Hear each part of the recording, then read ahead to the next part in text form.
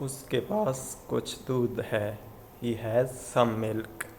उसके पास कुछ भी दूध नहीं है।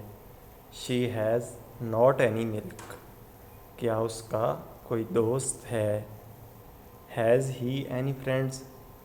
इसके पास बहुत सा मक्खन है। He has much butter. उसके पास थोड़ा सा नमक है। She has a salt. तुम्हारा नाम क्या है? What is your name? तुम कहाँ से आते हो? Where do you come from? तुम्हारा भाई कौन है? Who is your brother? ये कुत्ता किसका है? Whose dog is this? कौन सा लड़का तुम्हारा भाई है?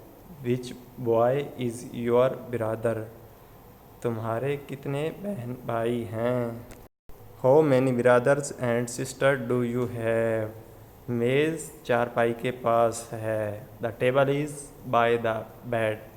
वो तालिब इल्म के करीब खड़ा है। He stood by the student. वो मेरे कमरे का दरवाज़ा है।